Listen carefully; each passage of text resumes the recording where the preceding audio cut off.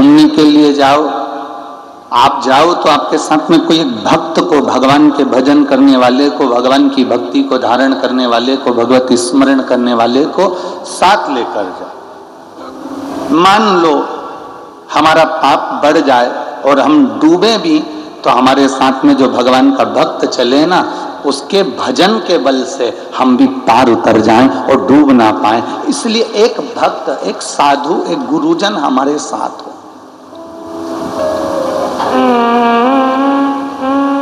शरीर का काम है वो पाप करवाएगा, शरीर का काम है वो गलत दृष्टि देगा,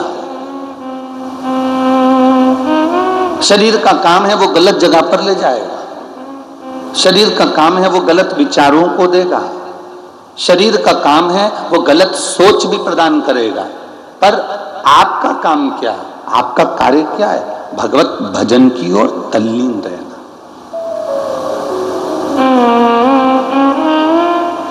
आपका कार्य क्या है? भगवत स्मरण की ओर तल्लीन रहना।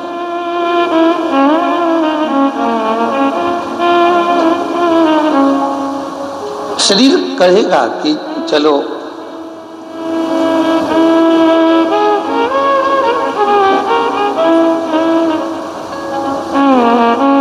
थोड़ा मदिरा की दुकान तक हो जाए, शरीर कहेगा चलो थोड़ा मांसाहार की दुकान तक हो जाए, शरीर कहेगा थोड़ा होटल तक हो जाए,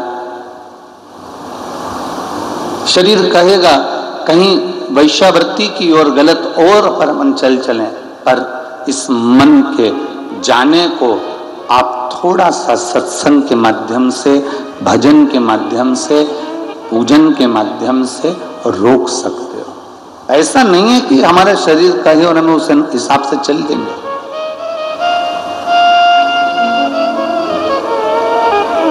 महाराज,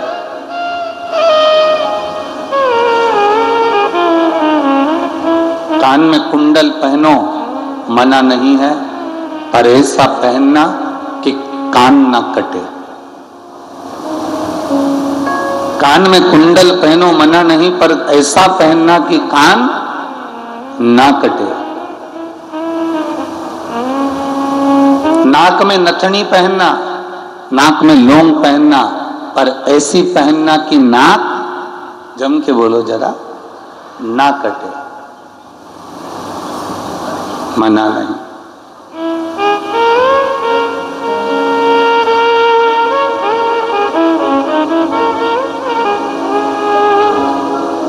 और संसार में खूब रह लो,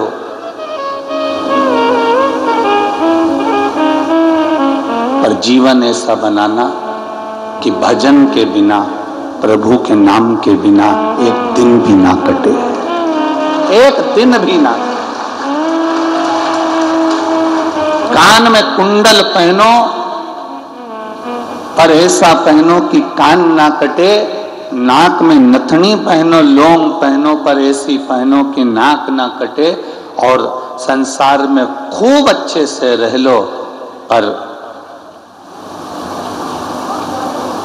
अपने जीवन को ऐसा बनाना कि भगवान के भजन बिना, भगवान के पूजन के बिना, एक लोटा जल के बिना हमारा जीवन ना कटे।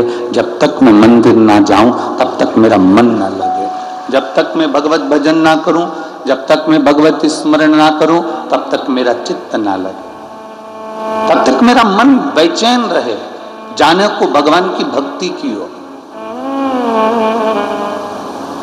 भगवान के भजन की ओर। आज बालोद नगर के,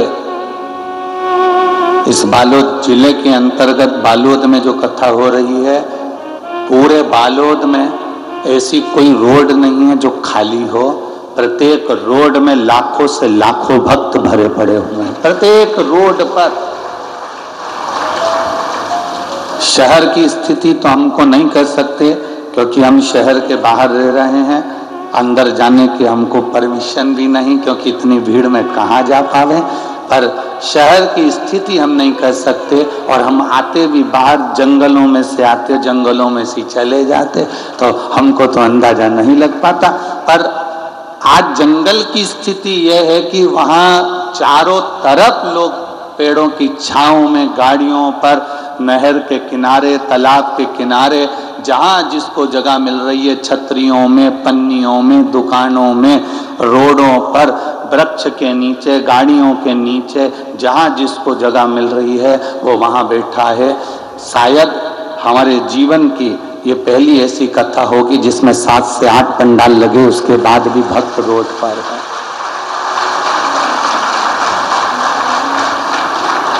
यह हमारे जीवन की शायद पहली ऐसी कथा होगी जिसमें 3 पंडाल तो यहीं लगे हैं, 2 पंडाल सामने लगे हैं, फिर साइड में लगे हैं, ऐसे 5-7 पंडाल बड़े बड़े लगाए गए।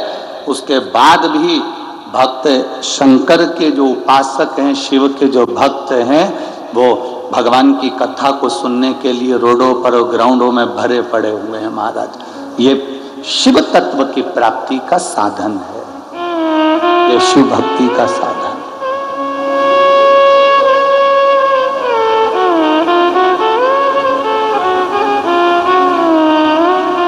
आज बड़ी प्रसन्नता हो रही है हमें आपको यहाँ पर पाकर, यहाँ पर बैठा हुआ देखकर, इस कथा के पंडाल में आया हुआ देखकर। खुशी की बात इसलिए है क्योंकि हमारे यहाँ जब भंडारे का प्रसाद बनता है सीहोर में, या हमारे यहाँ पर जो भंडारा चलता है, तो भंडारे का जो भोजन बनता है, भंडारे का जो प्रसाद बनता है, वो बड़े बड़े पात्रों में बनता है। और वो बड़े बड़े पात्रों को, बर्तन को उठाकर भगवान के सामने नहीं ले जाते हैं। बोलो, ले जाते हैं? नहीं। हमारे यहाँ क्या करते हैं, एक थाली में, कटोरी में जो भंडारे में भोजन बना होता है उसको थाली में लगाते हैं, भगवान को भोग लगाते हैं। वो थाली का जो प्रसाद है वो ले जाकर सारे बड़े बड़े जो बर्तन, पूड़ी, सब्जी, भजिया, पकोड़ा, नुक्ती, सेव जो बना होता है बहुत सारा, उसमें थोड़ा थोड़ा वो मिला देते हैं। मिलाते इसलिए हैं क्योंकि जो भगवान ने भोग लगाया, प्रसाद जो हो गया, वो हम उसमें डालेंगे तो वो भी जम के, बोलो जरा, प्रसाद हो जाए। तुम्हारे यहाँ भी ऐसा होता है क्या? अरे बोलो तो रे बालोद वालो, होता है ऐसा कि इतने बड़े बड़े भगोने, बड़े बड़े बर्तन भंडारे के भगवान के सामने नहीं ले जाते क्योंकि वो भंडार गृह में रहते हैं। बस एक थाली में भोजन लगा कर ले जाते हैं, भगवान को भोग लगाते हैं, वही उठाकर फिर उन प्रसाद में, उन भोजन में मिला देते हैं। तो सारा की सारा जितना भोजन है वो प्रसाद बन जाता है। बस ये देखकर प्रसन्नता हो रही है कि आप भी वो भोजन की थाली हो जो यहाँ आई हो, और भोजन भोग लगने के बाद, भगवान की कथा सुनने के बाद, शिव महापुराण को सुनने के बाद जब आप भी अपने गांव में जाओगे तो मुझे विश्वास है पूरे गांव को प्रसाद बना दोगे। जाते से पूरा गांव स्वच्छ हो जाएगा। आपके थोड़ा सा भोग लगता है और वो बड़े बड़े बर्तन में थोड़ा थोड़ा डाल दो तो प्रसाद हो जाता है। उसी तरह तुम जिस जिस गांव से आए हो, जिस जिस कॉलोनी से आए हो, जिस जिस सोसाइटी से आए हो, जिस जिस जगह से आए हो, जब कथा सुनकर जाओगे तो तुम्हारे शरीर में यहाँ की रज, तुम्हारे शरीर में भगवान शंकर का श्री शिवाय नमस्तुभ्यम जाप, तुम्हारे शरीर में ओम नमः शिवाय, तुम्हारे शरीर में राम कृष्ण भजता हुआ इस शरीर में जब तुम्हारे गांव तक जाएगा, तुम्हारे गांव में पहुंचो तो समझ लेना कि बड़े वाले बर्तन में ये प्रसाद डल गया तो पूरा बर्तन प्रसाद हो गया। गांव में पहुंचते से सब शिव भक्त हो गए। तुम्हारे जाते ही सारे के सारे शंकर के भक्त हो जाएं। तुम्हारे जाते ही तुम अपने मंदिर में, देवालय में, शिवालय में श्री शिवाय नमस्तुभ्यम बोल बम का नारा है।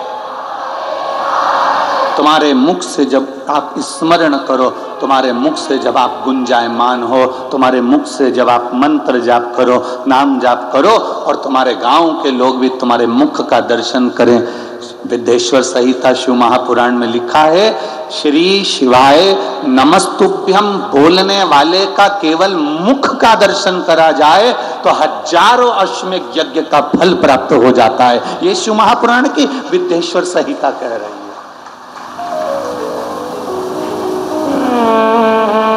ये शिव महापुराण की विद्येश्वर संहिता वर्णन कर रही है।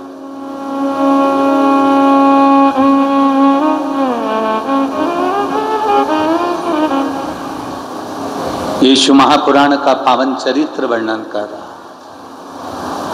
महाराज